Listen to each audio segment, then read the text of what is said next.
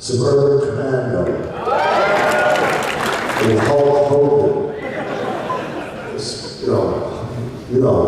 And there's a scene, I haven't watched the film for a while, but there's a scene where I'm frozen, and the Hulk had me on his shoulder, and I had to be stiff as a board because I'm frozen.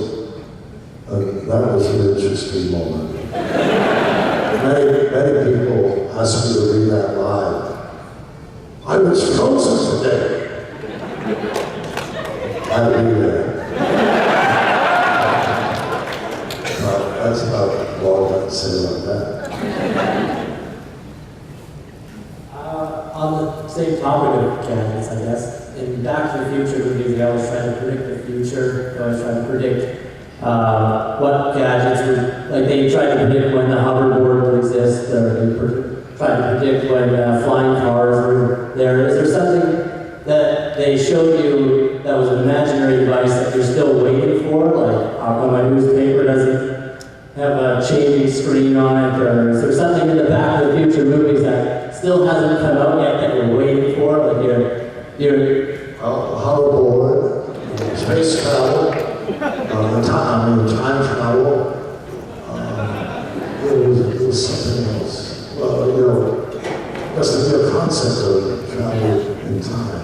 That's not happening. Just a few minutes ago on the sidewalk, a gentleman came up who is a physicist, and he started talking to me. But I felt about time travel, the problems of time travel, and how it requires such enormous energy that it might be hundreds of years before science can come up with a way to create the energy necessary to make time travel possible. I listened to him, and he asked me what I thought of it. I was a blank. I didn't know what to say.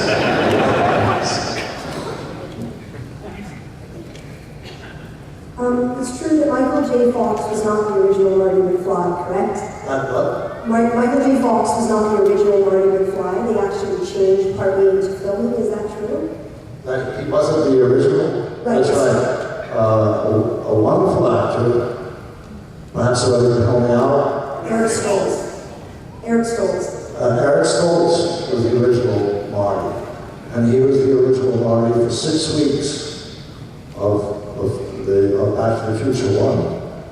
And I had no idea that he was going to be relieved and Michael was going to come in to do it. Because he's a very good actor, he's a wonderful actor, and he acted well. But when Spielberg and Zemeckis and all those people watched the dailies every day, they felt that they had to have somebody with it in a comic sense to make the film work. And Michael at the time was doing a series, so he didn't really have time to do a film and a series at the same time. But they wrangled it some way because it was just essential. They had to have that. So it was kind of sad, for Eric Stoltz and for all of us to see it go. But that's showbiz. And I have one more quick question. Do you think you could give us a great spot? What? Could you say great spot for us? I could. Great Scott!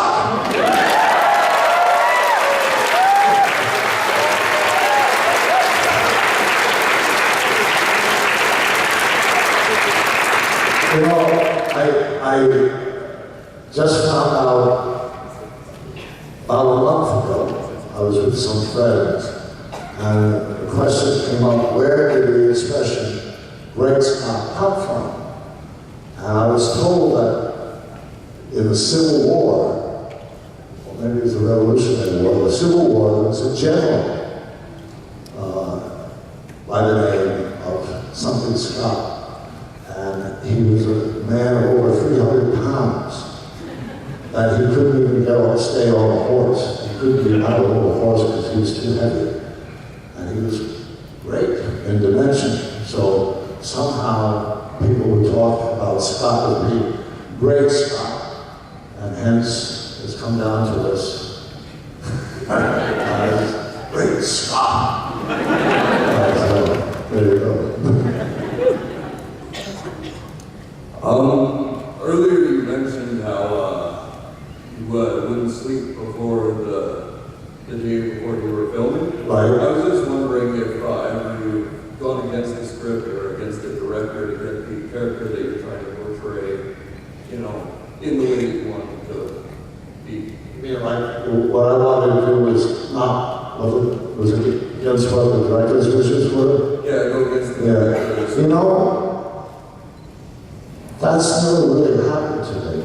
Somehow, if I had an idea of what I wanted to do, and I'd sit down and talk to the director, you usually work out a compromise.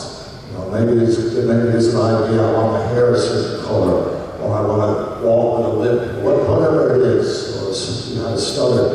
And he may say, you know, that's a nice idea, but it doesn't really help the story the way he sees it.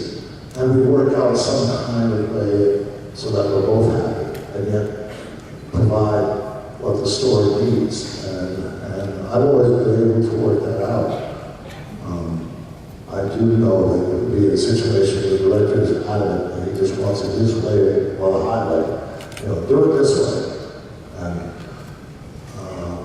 I haven't really run into that happening. I know it does. I know some actresses will just, you know, sign off or leave the show because there's an artistic impasse. So, but it hasn't happened.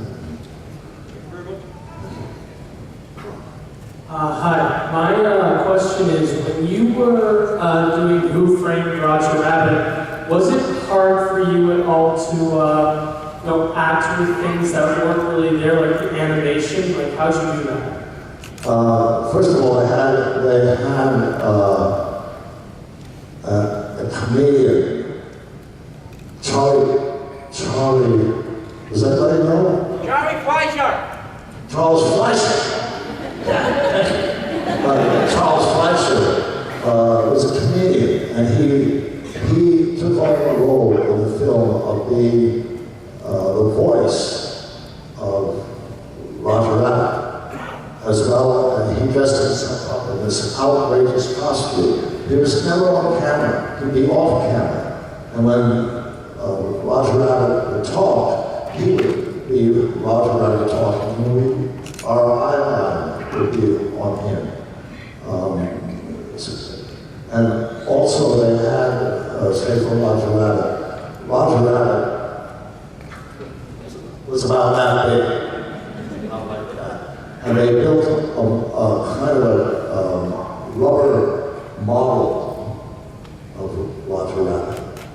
And it was flexible, but it also had the weight. It had a very specific weight. And we would rehearse with the model, using the model in our hands.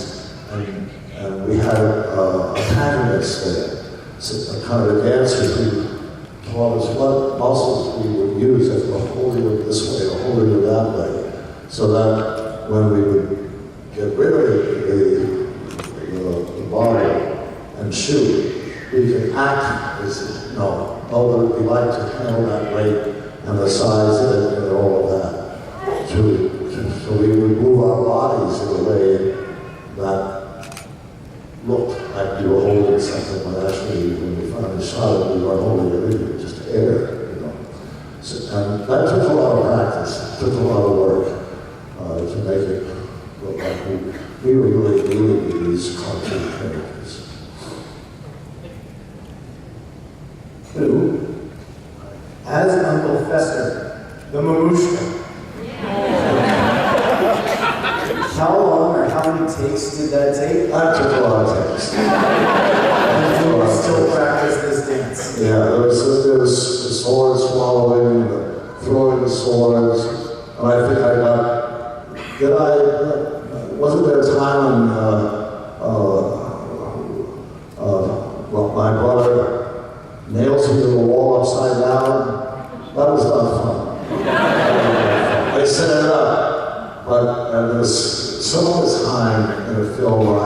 hang by my feet upside down. Hanging upside down is not fun. It doesn't make you feel well. It's not nice. And then we had to learn the steps, and there was a choreo, had to be choreographed, and all that. So that was a lot of work. That took a lot of work, but it was also a lot of fun. You're welcome. All right, I just have a question regarding moving Back to the Future. A question regarding moving Back to the Future. I understand that it was filmed 2.5 decades ago, and I know 2015 is probably 2 years from now. I just like to know, after filming the movie Back to the Future, does it feel like, let's say, you're going towards the future? I'm not quite sure what you're asking. That was fun. I'm sorry, Oh, no, that's okay. it will help to hear better. I'll answer your question better.